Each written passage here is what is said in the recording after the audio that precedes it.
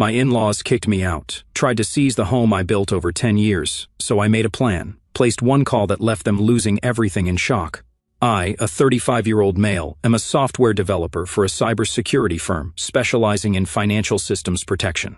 I've been grinding for the last decade, working 60-plus-hour weeks, sacrificing my 20s while most of my college buddies were out partying. I saved every penny I could while living in a cramped apartment with 2 roommates, who were questionable at best when it came to basic hygiene. One of them literally never washed his dishes, they just soaked for weeks, but I put up with it because I had a goal. Finally, at 28, I bought my dream house. Not a mansion, but a really nice 3-bedroom ranch on a quiet street with mature trees and decent neighbors. It had a finished basement where I set up my gaming station and home office, a backyard big enough for a dog, which was always the plan, and a kitchen that didn't make me want to cry every time I cooked. I put down $80,000 I'd been saving since college graduation. My parents helped with $20,000, but I paid them back within 2 years because I didn't want to owe anyone. I was damn proud of that house and what it represented, actually achieving something substantial through hard work and delayed gratification. I met Sophia, a 34-year-old female, on Bumble about 5 years ago. She seemed cool at first, claiming to be into hiking and video games and describing herself as low maintenance according to her profile. She had this quirky laugh that I found endearing and could talk for hours about true crime documentaries, which I was into at the time. We dated for a year, moved pretty quickly, and got married at a courthouse with a small reception at my place. She moved into my house, which I'd already owned for 2 years. There were red flags I ignored because I was admittedly just happy to not be single anymore. She worked as an executive assistant but called in sick constantly. She expected expensive birthday, Christmas, Valentine's, and anniversary gifts, but got me stuff from the clearance rack. Her parents treated her like she was still 16, and she let them. She had anxiety that conveniently acted up whenever there was a chore to do. She never once offered to split any house-related expenses and had a mysterious shopping habit that somehow never affected her meager bank account. I found out later my credit card was funding it. This brings us to the day everything imploded. I got home around 6:30 in the evening after a killer deadline, having coded for literally 14 hours straight, debugging a critical security patch. My brain was completely fried, my eyes burning from staring at screens all day, dreaming of crashing on my couch and maybe playing some Xbox to decompress. I pulled into my driveway and had to slam on the brakes because there was a pile of stuff on my front lawn. My stuff. My faded college hoodie from State University was lying in the grass, getting damp. My $4,000 vinyl collection, which I've been meticulously building since high school, was spilling out of a box, some records actually exposed to the elements. My gaming accessories, books, clothes, and even that stupid ceramic owl Sophia gave me for our anniversary that she bought with my credit card, as I later discovered, were sitting crooked on top of the pile. And there they were. The in-laws from hell, Cheryl, a 62-year-old female, and Gary, a 65-year-old male, both standing there with smug looks on their faces like they just won the lottery. These people have never worked real jobs in their entire entitled lives. Gary manages some family property he inherited from his daddy, and Cheryl's entire identity revolves around being Sophia's mom and shopping at Nordstrom. Both were wearing designer clothes while standing on my lawn, throwing my stuff around. Sophia was hovering by the porch, arms crossed, looking away like she couldn't meet my eyes. Her body language was a weird mix of defiant and nervous, like someone who knows they're doing something terrible but has convinced themselves they're justified. Before I even got my car door open, Cheryl started in with that shrieking voice of hers that sounds like a nail gun hitting sheet metal. There he is, finally, the worthless bum. This from a woman who once told me at Thanksgiving that real men buy their wives Tiffany bracelets just because, and that my job in computer stuff wasn't impressive, because anyone can do that nowadays. I felt this weird calm come over me, like deep-sea pressure or something, a strange clarity when everything suddenly makes perfect sense. I got out slowly, not rushing. Gary puffed up his chest like he always does when he's trying to intimidate someone. The dude's been living off his daddy's money his whole life but acts like he's some self-made titan of industry. He has these business cards that say entrepreneur investor, but I've never actually seen him do either of those things. "Okay, Ethan, this isn't working," he barked at me, using his "I'm talking to the waitstaff who brought me the wrong appetizer" voice. "Get out, we're changing the locks tomorrow. This is Sophia's house now. Our daughter deserves stability, security, not, well, you." He waved his hand dismissively, like I was garbage that had blown onto his property, like the guy who works 60-plus hours a week to pay for everything is the problem. Sophia finally spoke up, her voice all quiet and thin, using that baby girl tone she uses when she wants something expensive. "Ethan, it's over. I told you things weren't right. Mom and Dad agree. It's just better if you leave my house." My house. The one I bought with my down payment 5 years before I even swiped right on her profile. The one where only my name is on the deed and mortgage and everything. The one D spent thousands renovating little by little. New water heater, fixing the deck, replacing the ancient dishwasher, all while she complained that we weren't prioritizing the cosmetic updates she wanted for her Instagram photos. Her parents had maybe visited 4 times before she moved in, always acting like they were doing me some huge favor by gracing me with their presence, always making comments about how I should really upgrade the countertops or asking, "When are you getting a pool put in?" Never offering to chip in, of course. One time, Gary actually said, "When Sophia fully moves in, we should talk about proper window treatments for this place." Like I was living in some kind of unfinished construction site instead of a perfectly nice home. And now, suddenly, it's Sophia's house. The mental gymnastics were Olympic level.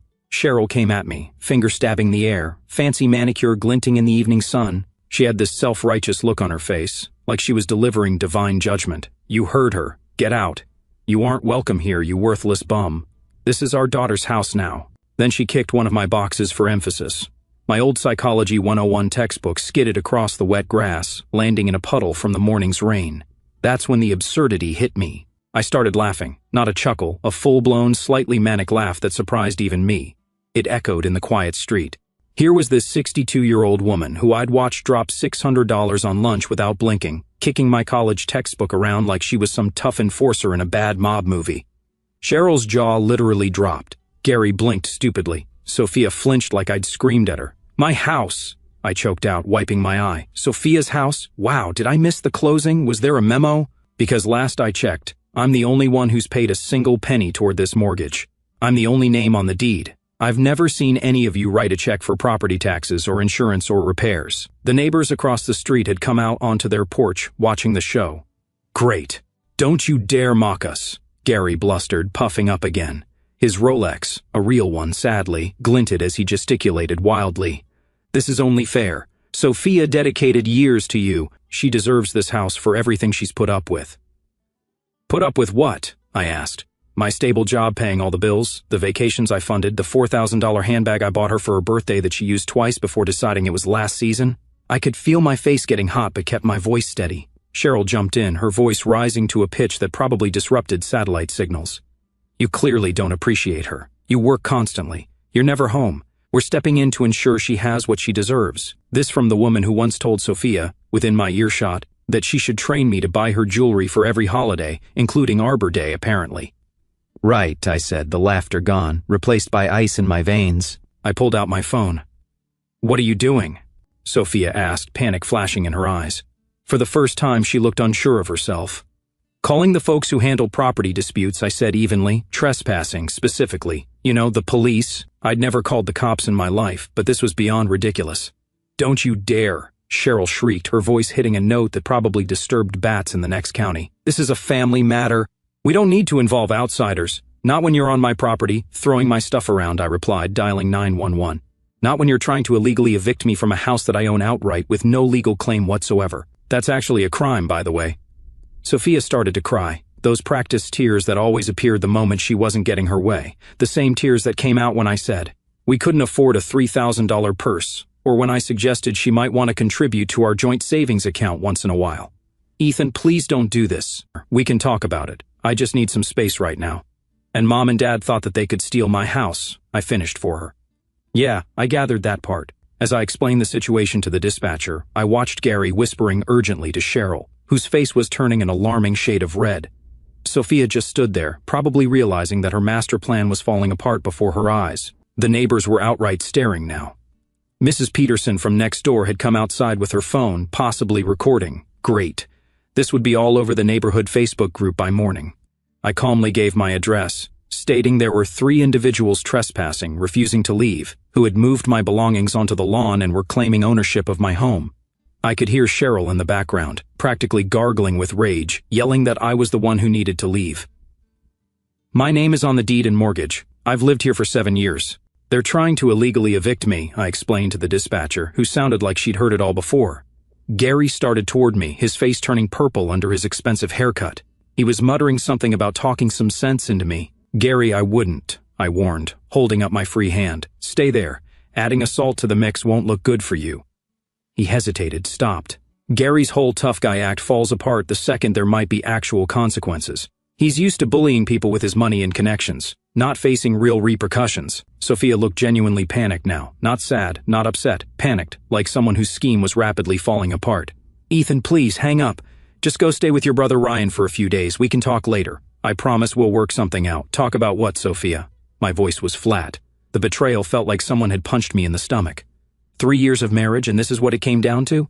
The part where you plotted with your parents to illegally kick me out of the house I own, or the part where you stood by while they threw my life onto the lawn?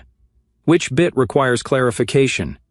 She winced, actually physically winced. "Mom, Dad, maybe we should go. We can come back tomorrow with—" "We're not going anywhere," Cheryl snapped, adjusting her designer sunglasses even though the sun was nearly down. "This is your house, Sophia. Don't be weak now." He's bluffing about the police. I wasn't bluffing. The flashing lights arrived quickly. 2 cars, 4 officers. Our neighborhood isn't exactly high crime, so I guess they were bored. They took in the scene, me by my car, my possessions scattered across the lawn, the trio near the porch. They separated us. 2 officers talked to Cheryl, Gary, and Sophia, while the other 2 spoke with me. I explained the situation, showed my license with the matching address, pulled up photos of the deed on my phone, mentioned it was solely mine, premarital. I showed them my key in the lock and the years of mortgage statements on my banking app. The senior officer listened, nodded, his face unreadable. He then rejoined the other group. I couldn't hear everything, but I caught snippets. Legal resident, civil matter for the courts, must vacate the premises immediately. Sophia was doing the crying thing again, with Cheryl's arm around her. Gary was puffing up his chest, talking about misunderstandings and how I was mentally unstable. Classic Gary, trying to rewrite reality when things don't go his way. I've watched him do this countless times at family gatherings, changing the story until he comes out looking like the hero. Not this time, Gary. Not with my house. Mrs. Peterson was definitely recording now, not even trying to be subtle about it. The neighbors across the street had brought out lawn chairs. Great, dinner and a show. The senior officer, a guy with salt and pepper hair and the patient expression of someone who's seen every variety of human stupidity, finally walked back to me. "Sir, we've explained the situation to them. This is clearly your residence, and they have no legal right to remove you or your belongings. They need to leave immediately." I nodded, relief washing over me. "Thank you, officer. However," he continued, "I should note that this is ultimately a civil matter. If there are disputes about property ownership, those need to be settled in court." "I understand," I said. "But there's no dispute. The house is solely in my name, purchased before marriage." He nodded. "That seems straightforward then. What happened next will forever be one of the most satisfying moments of my life." Cheryl went absolutely nuclear when the officers told them they had to leave. Her face turned this weird shade of purple that clashed horribly with her obviously dyed blonde hair. "It's her marital home. He can't just throw her out." "We aren't leaving," she shrieked, gesturing wildly. "Do you know who we are in this community?" Gary puffed up again, adjusting his Rolex like it gave him superpowers. "We're staying to protect our daughter. This man is unstable, rich, coming from the guy who once told me at Christmas that prenups are for men without balls when I casually mentioned a friend getting one." The officer's patience visibly thinned. "Ma'am, sir, this isn't optional. This is his property, according to the ID provided in his legal statement. You are trespassing. You need to leave now." Cheryl planted her designer shoes on my lawn and just said no. Then added, "Do you know who my husband is? We have connections in this town. We play golf with Judge Harmon. They don't. They live 45 minutes away in a McMansion they're probably underwater on, and Judge Harmon retired 3 years ago. That was it." One officer took Cheryl firmly by the arm. She shrieked like she was being murdered and tried to pull away, screaming, "How dare you touch me? I'll have your badge." Another officer firmly steered Gary toward the sidewalk. It wasn't rough, but it was decisive. Gary kept saying, "This is outrageous," in this fake dignified voice, while simultaneously threatening to end my career and have the officers fired. They were physically escorted off my property, yelling threats and insults the whole way. "You'll regret this. We'll see you in court. Sophia deserves everything. You're nothing without her. Your job is a joke. Your family is trash." Sophia trailed after them, head down, crying those perfectly timed tears she always uses when she doesn't get her way, the same tears she used when I wouldn't agree to drain my 401k for the dream European vacation her parents convinced her she deserved. She didn't look back at me once, just followed her parents like a programmed robot. The officers made sure they got in their car, a BMW X5 that Gary loves to mention is fully loaded at every opportunity, which was parked suspiciously down the block, like they knew they were doing something shady. As they drove off, one officer turned to me. "Sir, I'd recommend changing your locks as soon as possible and document everything if there are further incidents." I nodded, thanking them profusely for their help. As they left, my phone exploded with texts, missed calls, and voicemails. Cheryl's incoherent rage. "You pathetic excuse for a man. My daughter deserves your house and everything in it. You will pay for humiliating us." Gary's fake disappointed guilt trips. "I thought you were a better man than this, Ethan. After everything our daughter did for you, after we welcomed you into our family." Translation: after I paid for their anniversary dinner last year and fixed Gary's laptop for free multiple times. Sophia's whining texts. "Ethan, please call me. It's not what it looks like. My parents were just worried about me. We can fix this. I'm at the Marriott and it's so uncomfortable. I miss our bed." I ignored them all. I methodically gathered every single item from the lawn, careful to check for damage. I found my rare first pressing of Pink Floyd's Dark Side of the Moon with water damage on the cover. I saw her Instagram open on our shared iPad. She'd already posted a crying selfie with the caption, "Sometimes the people you trust the most betray you," with her parents commenting supportive nonsense. 40+ likes already. I carried everything back inside, locked the door, and went through every room, looking for anything else missing or damaged. My first call the next morning was to a locksmith. $450 to change every lock. My second was to the meanest divorce lawyer in town, which led me to Mr. Davies. They actually thought this would work, that I'd just hand over a $520,000 house I bought with my own money to their precious princess. Unfreaking believable. Okay bros, update time. It's been 3 weeks since the lawn incident, and things have gotten messy. First, thanks for all the comments and support on the last post. RIP my inbox. But seriously, it's good to know I'm not the only one who's dealt with psycho-in-laws trying to claim property that isn't theirs. I met with my lawyer, Mr. Davies, a sharp, focused guy, ex-military, who doesn't take nonsense from anyone. His office has this minimalist vibe that somehow screams, "I will destroy your enemies," without a single threatening word. I laid out the whole story, documentation in hand, deed, mortgage, tax bills, all predating Sophia, all solely mine. I've paid $2,250 a month mortgage for years, while she contributed exactly $0. Not even once did she offer to chip in for property taxes or home insurance. He confirmed my position with this badass confidence. The house is separate property. End of discussion. Legally, Sophia might have a theoretical claim to a tiny slice of appreciation if she could prove substantial direct contribution, which Davies said was about as likely as me becoming the next Batman. Based on the financials I provided, I paid everything significant: mortgage, property taxes, homeowner's insurance, all repairs. When the water heater died, that was my $1,300 expense. When we needed a new refrigerator, that was my $2,200 expense. It cost me a $5,000 retainer, but watching Davies start planning the legal smackdown was worth every penny. The man literally took notes in what looked like military shorthand, occasionally nodding with this slight predatory smile. He started drafting the divorce petition immediately, with grounds of irreconcilable differences, but included a factual summary of the lawn incident as context for her behavior. "We're establishing a pattern of entitlement and attempted property theft," he explained with this slight smile that honestly gave me chills. "Judges don't like seeing this kind of behavior." The harassment didn't stop, it just mutated into this multi-headed hydra of constant calls at all hours. Caller ID is my friend. I'd wake up to 17 missed calls from various numbers that all turned out to be them. Texts ranged from Cheryl's all-caps threats. "No one treats my daughter this way. We have friends in this town." To Gary's attempts at manipulation, "Think of the good times, Ethan. Don't throw it all away. We can work something out where everyone wins." Translation: where they win. To Sophia's pathetic pleading, "Ethan, please talk to me. I miss you. I didn't mean for it to go this far. Mom and Dad just want what's best for me. I need some of my things." Then Sophia's older sister, Heather, a 38-year-old female, entered the fray. For context, Heather always fancied herself the family fixer, but she's really just the family bully. She's the one who once told me at Thanksgiving that I shouldn't expect to be treated like family until I'd proven myself worthy, whatever that means. She started with fake sweet texts. "Ethan, honey, you need to talk to Sophie. This is tearing her apart. She's lost 5 pounds from stress." Sophia's Instagram showed her out at brunch with friends, looking just fine, sipping mimosas and smiling. When I ignored those, the claws came out. Angry voicemails, "You gutless coward, answer the phone. Who do you think you are? Do you know what this is doing to my parents? They're devastated. Sophia is a wreck. You always were selfish, but this is a new low, even for you." Then the doorbell started ringing one evening while I was on a work call about a critical security patch. Non-stop ding-dong, ding-dong. I checked the video doorbell. Heather looking furious, expensive purse on her arm. Wonder who paid for that. I ignored it.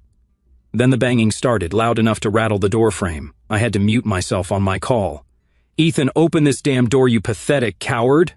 You think you can just kick her out after everything? After all my family has done for you? They once brought a $7 bottle of wine to dinner and acted like they funded my college education. The projection was stunning. I saved the video, called the non-emergency line, referenced the prior incident, and emailed the footage. Cops paid a visit. The same officer as before, who deserves a medal for his patience, told me later that Heather tried to convince him I was mentally unstable and holding Sophia's family heirlooms hostage. The direct harassment from Heather stopped after what I assume was a come-to-Jesus talk from Officer Rodriguez, but I knew she wasn't done. These people are like termites, they just find a new way in. The psychological warfare shifted to subtler stuff. I got a fraud alert on my American Express for a $3,900 Louis Vuitton purchase I didn't make. I caught it and had the card canceled. An alert from my bank about a blocked suspicious login attempt to my retirement accounts.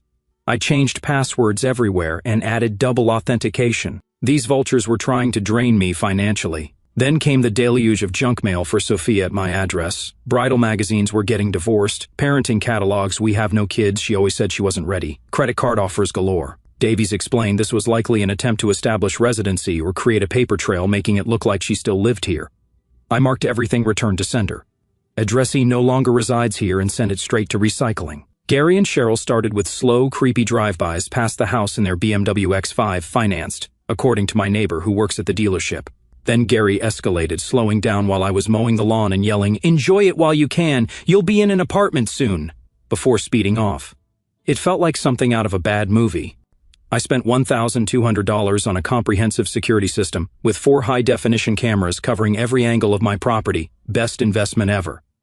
The smear campaign went nuclear. My brother Ryan called, saying Heather had ambushed him at his work, launching into a tirade about how I was unstable, abusive, controlling, and had tossed Sophia out penniless after I supposedly had an affair with a coworker. Ryan not only knows me but has seen firsthand how Sophia would drain my accounts for girls' trips to Vegas, then cry when I asked for receipts. He shut Heather down with, "I've watched your sister spend his money for years while contributing nothing, so forgive me if I don't believe a word you're saying. They're clearly trying to poison anyone who might support me." I got a text from Megan, Sophia's cousin, who's quietly sympathetic because Sophia once stole her boyfriend. That blew my mind. At a family dinner 3 weeks before the lawn incident, Cheryl was cornering relatives, boasting about how they were taking care of things and ensuring Sophia got the house she deserved. Direct quote, "Ethan doesn't realize it yet, but that house will be Sophia's by summer. Gary has it all planned out." The pre-planning was confirmed. This was a calculated attack from the beginning. Then the legal battle started. Sophia hired the most ambulance-chasing divorce attorney in town. Her online reviews literally include complaints about inflated bills. She sent a formal demand letter to Davies, asking for 80% of the house's current value, $520,000 equals $400. $16,000 to her, $7,800 per month spousal support. More than I actually make after taxes, all furniture in the house, including stuff I owned before marriage, my car which is paid off, unlike hers, my retirement account's worth about $180,000, that I've been building since before I met her, and for me to pay her legal fees, already at $15,000 apparently. The audacity of these people, just astronomical levels of entitlement. Davies's response was ice cold. He didn't just send a letter, he called a meeting with her lawyer, recorded it with permission, and systematically dismantled every claim while citing relevant case law. He reiterated the house's non-negotiable separate property status, copied the deed again, referenced the police reports regarding the eviction attempt and Heather's harassment, and stated spousal support was a non-starter given her conduct and our short marriage. The best part, Davies had done his homework.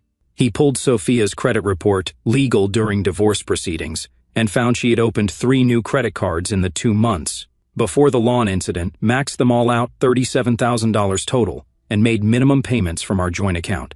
He presented evidence that she had been planning this for months, systematically draining shared resources while plotting to take my separate property. This pattern of financial behavior, Davies told her lawyer, will be presented to the court as evidence of premeditated attempts to defraud Mr. My Last Name prior to a planned attempt to seize his separate property. Her lawyer's face apparently went white. Davies agreed to discuss division of actual marital assets, like the joint savings. but only after the house issue was formally dropped, and we had a full accounting of where that $37,000 in new credit card debt went. I blocked all their numbers. All communication comes via lawyers now. This is stressful, not going to lie. There are nights I don't sleep well, staring at the ceiling, wondering how someone I shared a bed with for 3 years could do this. But every ridiculous demand, every failed stunt, just steals my resolve. They thought I'd crumble. Big mistake. They thought they were dealing with some pushover who'd give up his home to avoid conflict. Instead, they found out I'm the kind of guy who will spend his last dollar making sure justice is served. And guys, it's about to be served hot. Final update, bros. Grab some popcorn for this one. It's done. Finally, completely, officially done. The divorce decree is finalized, and the consequences for Team Gold Digger are biblical. The last couple of months were a legal show, but Davies, my lawyer, was worth every penny of his $375 per hour rate. Heather, Sophia's sister, after being shut down by my work's HR for sending harassing emails claiming I was emotionally abusive, which Davies documented, tried one last stunt, a fake Instagram profile using my name and pictures, posting racist crap and DMing our mutual friends, saying I was on drugs. It caused a brief headache. I had to explain it to my boss when a screenshot circulated, but it was clumsy and obvious. Davies sent a cease and desist with a threat of criminal charges for identity theft. We reported the profile, it got nuked. That seemed to finally silence Heather. Cheryl and Gary kept up their pity tour, telling anyone who would listen that I was financially abusing their daughter by not giving her my house. But it lost steam when people realized these so-called upstanding citizens were basically trying to commit real estate fraud. Their narrative of the abusive husband kicking out poor Sophia just didn't stick once mutual friends saw the police body cam footage of them being escorted off my property. Yeah, Davies subpoenaed that. Absolute boss move. The legal process crawled with Sophia's lawyer, some ambulance chaser Gary found, filing motion after motion. Requests for discovery where Sophia couldn't produce a single document proving financial contribution to the house, scheduling conferences. Her lawyer kept trying to push for mediation focused on the house. Davies shut it down every time with 3 simple words: separate premarital property. Finally, in a pre-trial settlement conference, faced with zero legal standing on the house, documented harassment, and the judge basically signaling, "Stop wasting my time," Sophia's lawyer advised her to cut her losses. The revenge, legal, financial, and served ice cold. Here's where it gets good. The divorce decree was brutally simple and exactly what Davies predicted from the start. The house, confirmed 100% my separate premarital property. No equity split, no buyout, off the table. Spousal support, denied. Justification cited short marriage duration and documented misconduct, the lawn incident harassment. Assets, we split the joint savings, $12,000 total, mostly my money. She gets her personal belongings. That's it. But here's the cherry on top. Davies found out through discovery that Gary had loaned Sophia $65,000. Over the past year, which explains the mysterious shopping sprees and her new boob job that I supposedly didn't appreciate enough. Davies successfully argued this was an attempt to hide and drain marital assets, since these transfers happened as our marriage was deteriorating. The judge agreed and ordered Sophia to repay me $32,500, half the amount from her share of our assets. After the judgment, Sophia called me sobbing. Turns out that loan from Daddy wasn't a gift after all. Gary expected to be paid back from the house money they were so sure they'd get from me. Now she owes him $65,000, and me $32,500, has no job. She quit her admin position back in March, assuming she'd be set for life, and Gary and Cheryl are furious. Here's where it gets even better. Remember those designer clothes and jewelry Sophia kept buying? Davies suggested I request an inventory of items purchased during the marriage. Anything bought with my income during marriage is technically marital property. I got half the value of her Cartier bracelet, Louis Vuitton bags, and her entire Sephora collection. Total value $18,000 to me. Watching her face as she realized her shopping addiction was now costing her was priceless. The belongings hassle. Sophia ignored requests to pick up her stuff for weeks, probably thinking she'd be moving back in. Mr. Davies advised packing it professionally and storing it to avoid claims of damage. I paid the initial storage fees up front to get her crap out of my house. She refused to pay the ongoing storage fees. I let the unit go to auction after proper legal notice. Someone got her priceless collection of designer shoes for $350. Sucks to be her. The financial implosion, absolute perfection. Sophia's credit is wrecked from all the cards she maxed out. Cheryl and Gary co-signed a lease on a $3,800 a month luxury apartment for her, banking on the house payout. Now Sophia has no job, owes nearly $100,000, and Cheryl and Gary are stuck covering her rent. My buddy who works at Gary's bank, yeah I know, small world, told me confidentially that Gary had to take out a home equity line of credit on their own house to cover their suddenly mounting expenses. Then last week, the begging started. First, Sophia, Ethan, please, I'm desperate. My parents are going to kick me out. I have nowhere to go. I made a terrible mistake listening to them. Can we please talk? I still love you. Then Gary, if you can believe it, called from a blocked number. Look, we may have overstepped. Perhaps we can discuss an arrangement. Sophia is really struggling. Translation, help us fix the mess we created. The final humiliation came when Cheryl sent me an email. Ethan, I know we've had our differences, but Sophia is in a very bad place right now. Perhaps we could meet for coffee and discuss how to move forward in a way that benefits everyone. Gary and I are prepared to be reasonable. This from the woman who called me worthless and tried to steal my house. I sent all communication to Davies, who responded with a formal letter stating any further contact would be considered harassment and result in a restraining order. He attached copies of the original police report showing them trying to illegally evict me, just as a friendly reminder. Social fallout, they're completely isolated. My friends, who initially stayed neutral, came back with apologies once they saw the evidence.